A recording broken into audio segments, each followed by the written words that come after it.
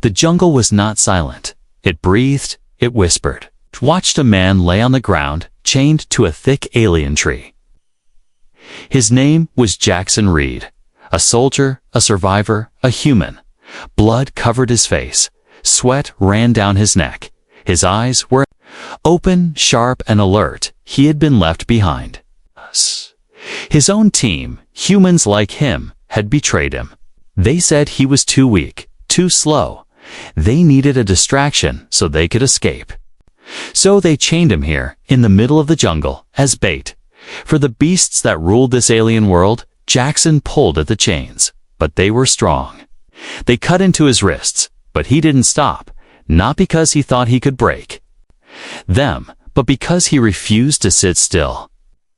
The jungle around him was strange and alive. Trees glowed in soft blue light.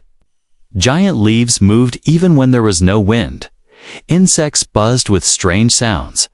Some had wings made of light. Others had no eyes, but could smell fear. In the distance, something growled, deep, hungry, and close. Jackson took a deep breath. He remembered his training. Slow your heartbeat. Control your fear. Use your mind, not your panic. He closed his eyes, and flashes came, the moment his team turned on him. "Sorry, Jack," the leader said. "You'll buy us some time." They kicked him down, tied him up, and left. He heard their footsteps fade into the jungle. He waited for someone to come back. No one did. Now it was just him. And whatever was hunting, a shadow moved between the trees, fast, silent, large. Jackson sat still, listening. The growl came again, louder this time. He smiled, just a little. He was afraid, but he was also angry. They thought he would die quickly. They thought he would scream and cry. They forgot one thing. Jackson Reed never gave up. He slowly reached into his boot. There was a small metal pin hidden inside. He had placed it there months ago. In case of capture, in case of betrayal, he knew the mission was risky. And now he was glad he prepared. With steady hands, he used the pin to unlock the first chain. It took time, it hurt, but he didn't stop. The growls were closer now. Branches snapped nearby. He could smell something wet fur. And blood. The last chain clicked open. He was free, but he didn't run. Not yet. He stayed low, crawling behind a thick root. He waited, watching, listening. Then he saw it. A beast taller than any man. Black scales, 6 legs, red glowing eyes. It sniffed the air. Its tongue flicked out. It came to the tree where he had been tied, but he was gone. The creature roared. Shaking the trees, birds flew out. Insects scattered. Jackson didn't move. He was already planning, already thinking. He didn't need to fight it. Not yet. He just needed to survive. The beast sniffed again, confused. Then it moved away.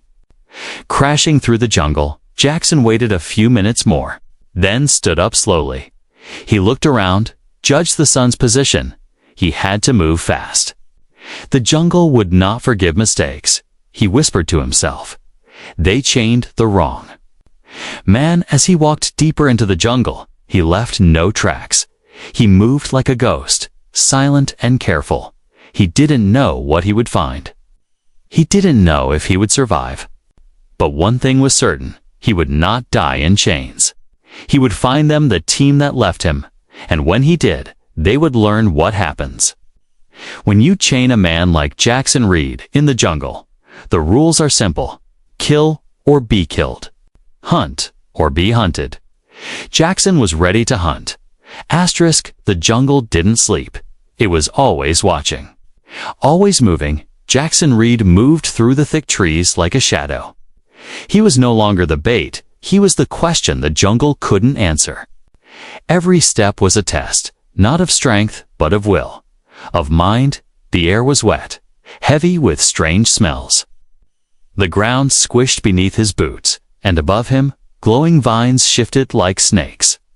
He hadn't eaten in 2 days. His arms ached from the chains, but still, he walked. He studied the jungle like a soldier reads a battlefield. A plant hissed as he passed. It spat a yellow mist. He held his breath, ducked low. Behind him, a small animal stepped into the mist. It screamed once, then melted into the ground. Jackson didn't blink. Just another test. He found water near the roots of a giant purple tree. It shimmered almost too clean. He tossed a stone into it. The water snapped shut like a jaw, teeth hidden beneath the surface.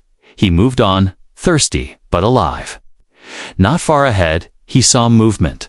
A beast tall, spiked, sniffing the air. Jackson didn't run.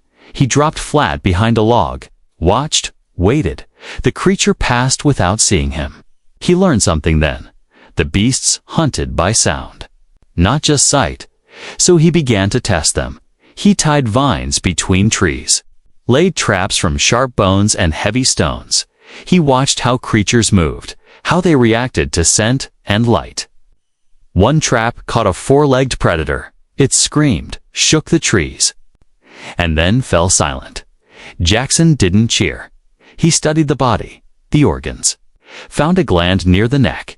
It glowed faintly. He cut it out, wrapped it in cloth. Maybe it could be used. Maybe the beasts feared it. By night, the jungle glowed. Like a city, soft blues, greens, and pulsing reds. But Jackson knew beauty meant danger. He kept to the shadows. Under fallen trees, his eyes adjusted, his ears sharpened. Every sound had meaning. In a clearing, he saw a beast hunt. It was fast, brutal, silent. It killed a horned deer creature with a single bite, then dragged it into the dark. Jackson watched everything, timing its steps, learning its rhythm. He whispered to himself, "You can't fight a jungle, but you can learn it." Later, he climbed a cliff to get higher ground. The climb was sharp, painful, but from the top, he saw the truth. The jungle stretched for miles, glowing, moving, alive, and somewhere far ahead, a blinking red light, a signal, maybe, or a trap. Still, it was hope, but he couldn't rush. He needed to be smarter than the beasts, smarter than his team who left him below, in the jungle floor. Something changed. The animals were moving in one direction, running, fleeing, something bigger was coming, something the hunters feared. Jackson backed away from the cliff's edge. He didn't want to see it yet, not until he was ready. As he climbed down, his hand brushed against a vine. It stung him, fast and sharp. He bit his lip, dropped to the ground, his arm burned, the skin turning red. He reached into his pocket, pulled out a powder made from the beast gland, rubbed it on the wound. The pain faded. Slowly, he grinned. Just a little. The jungle tested him, and he was passing. By the time the sun rose, or whatever passed for morning on this world, Jackson had left behind the man they chained. He was something else now. Not beast, not prey. Something in between. Something the jungle hadn't seen before. A human who refused to die. A man who learned faster than the jungle could kill. But the real test was still coming, and it would not be fair. It would not be kind. It would come with teeth, and Jackson would face it. Not with fear, but with fire in his eyes. The storm came without warning. Lightning tore across the sky like broken glass.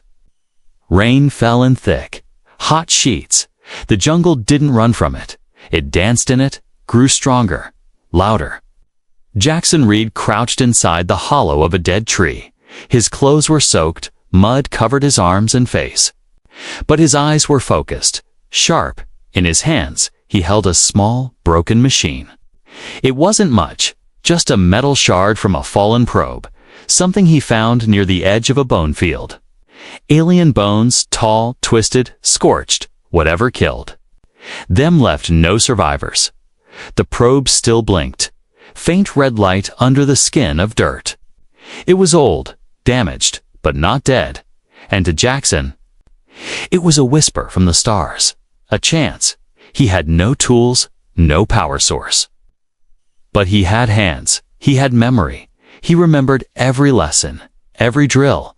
He remembered how to build when others saw only junk. The jungle roared outside. Something large screamed in the distance.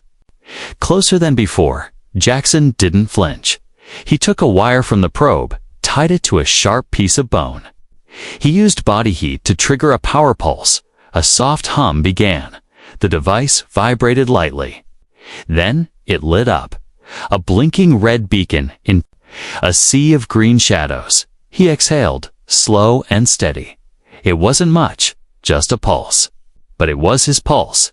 His message, a signal to the sky, to anyone or anything that might hear. He pressed a button and spoke. This is Jackson Reed. Left behind on Xylan 9, betrayed by my crew, alive, adapting, hunting, if anyone receives this. Know this, I am not finished. I will survive, with or without rescue. He sent the message 3 times, then buried the probe beneath a slab of wet leaves. He marked the spot with a carved stone, not for him, for the ones who might. Come, as he moved through the trees, he noticed something strange. The jungle had gone quiet. No birds, no insects. No whispers, only silence. Then he heard it, a mechanical whine. Not human, not beast. He turned fast, heart pounding. Something was descending from the trees. Metal legs, smooth armor, glowing eyes. It wasn't from Earth. It wasn't from his team. It was something else, something that answered the signal. The machine creature scanned the ground, then turned toward Jackson. Its body changed shape. Long spikes extending from its back, weapons or limbs, he didn't know. Jackson didn't move. He slowly pulled a knife from his side. He wasn't sure it would help. But he wouldn't go down waiting. The machine cocked its head. Then it spoke. Not in words, but sound. Echoes, patterns, clicks. Jackson realized it wasn't here to kill. It was here to judge. The signal wasn't a cry for help. It was a challenge, and now something answered. The test had changed. No longer beast versus man. Now, it was mind versus machine. Survivor versus something ancient and powerful. Jackson stepped forward, wiped the mud from his face. He spoke clearly, "If you're here to take me." He said, "You better bring more." The machine paused, then turned. It leaped into the trees and vanished. No sound, no trace. Jackson stood in the rain, breathing hard. He had sent a signal into the unknown, and the unknown had blinked back. Somewhere above, stars shifted, and something began moving toward the planet. Not rescue, not safety, but something far more dangerous. He whispered to himself, "Good, let them come." Because Jackson Reed was no longer just a man in a jungle. He was the one who broke chains. He was the one who sent the signal. And he was ready. The jungle was quiet again. But Jackson Reed knew it was the kind of quiet that came before blood. He had become a shadow in the trees, no longer just surviving. Now he was planning, hunting, preparing. It had been 4 days since he sent the signal. For days since the machine creature appeared and vanished. He thought maybe no one else would come. Maybe no one cared. But he was wrong. Just before sunrise, he saw the first ship, a small scout cruiser, marked with the emblem of his old crew. The same crew that chained him and left him for dead. They had come back, not to rescue him, not to say sorry, but to collect. To strip the jungle of tech and biosamples, to finish what they started. Jackson watched from the trees as they landed. He saw familiar faces stepping out. Captain Riker, with his smug grin. Torres, the sniper, always quiet, always watching. Mara, the medic who didn't speak when they tied him up. They laughed as they moved through the trees, guns in hand, scanners flashing, no fear in their eyes. They thought the jungle had killed him. They thought they were safe, but Jackson was not dead. He was watching. He was close. He followed them silently. Like the beasts he had studied, he marked their positions, their habits. He saw them split up, just like prey. He waited until dark. Then the first one disappeared. It was Benton, the one who tied the first chain. He screamed once, then silence. The others didn't notice until morning, and when they found his helmet, it was full of dirt and thorns. No body. Just a message carved into the mud. Still here. They panicked. Riker ordered tighter patrols. Torres scanned the jungle with heat vision. But Jackson moved with the wind. No heat, no sound. The second trap was smarter. He used vines, bones, and a spike from one of the alien beasts. When Mara walked into it, she barely had time to scream. Now the panic was real. Riker shouted into the coms. "He's alive. I told you we should have finished him ourselves." But it was too late. Jackson was in their heads now. A ghost. A punishment. The jungle wasn't just killing them. He was. He left signs, marks on trees, gear stolen and returned broken. They found Torres's rifle snapped in half, laid neatly on a rock. Her face turned pale. She had once called him weak. Now she knew better. Jackson could have killed them faster, but he didn't want fast. He wanted them to feel it. The same fear he felt. The same betrayal. On the third night, they set a trap. They used thermal bait, fake footprints, tried to lure him into a clearing. But Jackson was already watching from above. He dropped from the trees like death itself, grabbed Torres and vanished into the dark.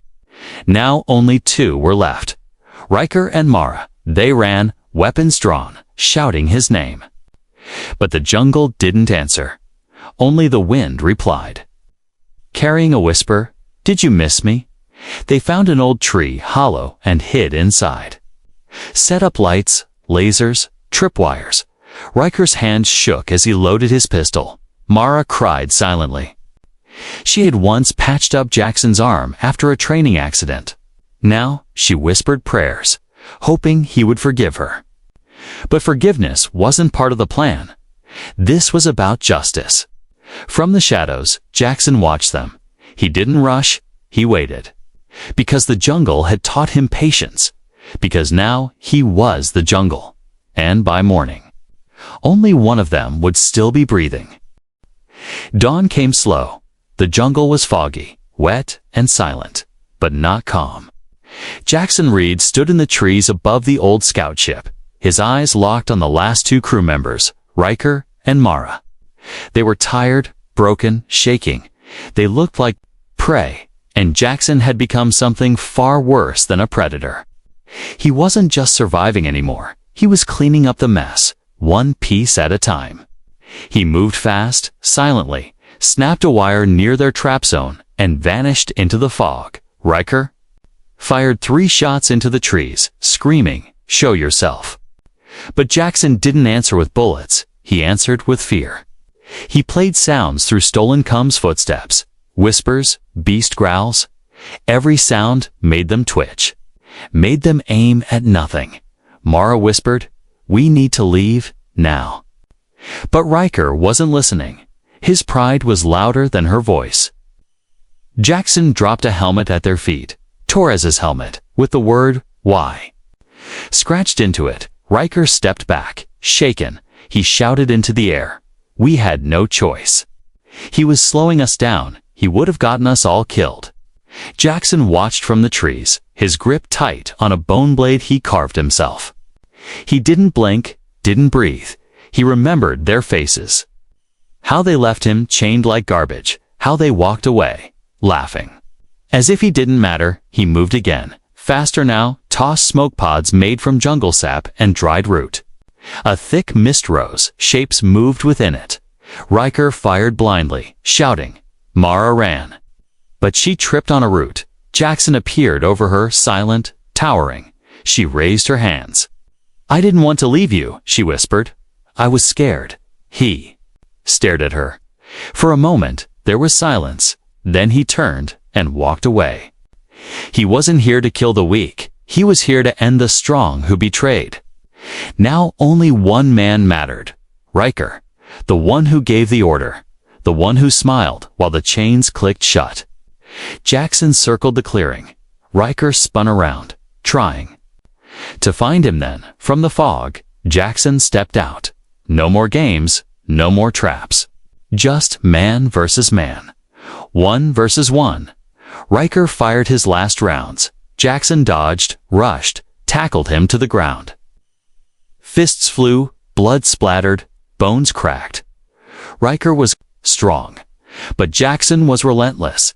The jungle had trained him well. Every punch had purpose. Every move was survival. Finally, Jackson pinned him, blade to throat, breath heavy, eyes wild. "You left me to die," Jackson growled. "You made that choice." Riker coughed. "It was protocol. We had to lighten the load we didn't think you'd make." Jackson didn't flinch. He leaned closer.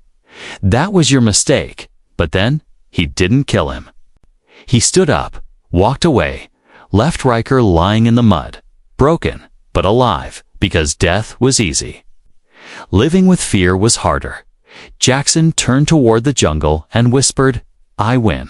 Behind him, the fog thickened. Something massive moved within. Trees bent, earth shook. A new sound filled the air, not human, not beast, something in between. The jungle wasn't finished yet. And Jackson's true fight was only beginning. The jungle had gone still. Not quiet. Still. Even the wind had stopped moving. Even the birds refused to sing. Jackson Reed felt it before he heard it. A deep vibration through the ground. Not footsteps, not thunder, something older, heavier. He stood at the edge of a burnt clearing, smoke rising from the trap he left for Riker. Behind him, Mara sat with her back to a tree. Stunned, silent, alive, but even Riker's screams had faded now, because something bigger had arrived. The trees began to split, not break, split, clean, slow, like something slicing through them without effort. Jackson raised his blade. His body ached. His hands still bleeding, but his mind was sharp. His heart was steady. Then it stepped out. The Alpha. Not a beast, not a machine. Something between the two, 10 feet tall. Skin like stone and metal mixed. Eyes glowing gold. Flesh humming with energy, and across its chest, scars deep and old. It didn't roar. It didn't growl. It simply stared. Jackson stared back. No fear, only curiosity. The Alpha moved slowly, circling him. It didn't attack. It watched, as if measuring.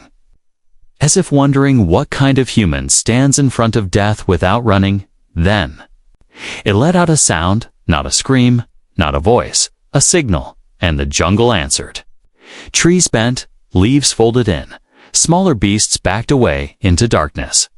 Even the machine creatures from the sky paused above the canopy. This wasn't a battle. This was a challenge. Jackson understood it. This Alpha had ruled the jungle for years, maybe centuries, and now he had broken its cycle. Out-hunted the hunters, outsmarted the machines, outlasted betrayal. So the Alpha wanted to see it for itself. Could a human stand as equal? Or fall like prey? Jackson dropped his blade. He stepped forward, hands open. No tricks, no fear. The Alpha lunged, fast, too fast. Jackson ducked, rolled, grabbed a rock, and flung it at its head. A hit. The beast stumbled, then smiled. Yes, it smiled. This was no mindless monster. This was a warrior, and it respected the fight. They clashed again, fist against claw, speed against power, man against myth. Jackson used everything, the mud, the smoke, the broken tech on his wrist. He blinded the Alpha for 1 second, just one, and in that second he touched its scar. Pressed the gland he harvested in part to right into its skin. The Alpha froze. Its eyes went wide, not in pain. In recognition, Jackson stepped back, breathing hard. The jungle was quiet again. The Alpha stood tall, looked down at him, then it knelt. Not in defeat, but in respect. Jackson didn't move. He understood what it meant. The jungle had a new alpha now. Not because he was stronger, but because he adapted, because he learned. Because he chose not to become a monster, even when surrounded by them. The alpha turned, vanished into the mist. Its shadow melting into the green. Beasts followed it, slowly. Silently, Jackson stood alone, but not as prey, not as victim. As the man who faced the alpha and didn't blink. Behind him, Mara whispered, "What are you?" Jackson didn't answer. He didn't need to, because the jungle already knew. And soon, so would the stars. The fire burned low, ash floated in the humid air. The jungle had gone silent once again. Not from fear, but from respect. Jackson Reed stood at the edge of the clearing. His body bruised, blood dried across his face. But he stood tall, unbroken, behind him. Mara limped quietly. Her eyes were not full of fear anymore. They were full of questions. She had seen what he did. She had seen what he became. But the story wasn't finished. Not yet. A sound echoed through the canopy. Sharp, mechanical. Close. Another ship was landing. Not the crew's old vessel. This one was new. Black, clean. Marked with the emblem of the unified human core. They had received his signal, and now they had come. The ramp opened slowly. Soldiers stepped out, armed and alert. And behind them, a man in a gray suit with silver eyes. He carried a tablet and a smile. The kind of smile built in boardrooms, not battlefields. "Jackson Reed," he said. "We didn't expect you to survive." Jackson didn't answer. He simply watched. "We read your report," the man continued. "Impressive work. What you did here, what you learned. We'd like to offer you a contract. Help us understand these creatures. These machines help us take control of this world." Control, that word again. Chains made of promises. Jackson looked past the man, into the jungle. He remembered the eyes of the alpha, the respect, the silent pact. He remembered the betrayal, the pain, the lessons. He turned back to the suit and walked past him. "You misunderstand something," Jackson said. "I didn't survive this place. I became part of it. You came to take control. But this place doesn't answer to humans." He tossed a data chip at the man's feet. It held everything. Maps, observations, gland readings, machine behavior, more than enough for science.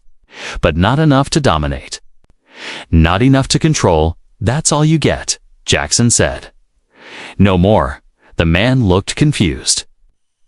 Almost insulted. "You're turning this down." Jackson looked at the jungle, then at his own hands, scarred, steady, strong.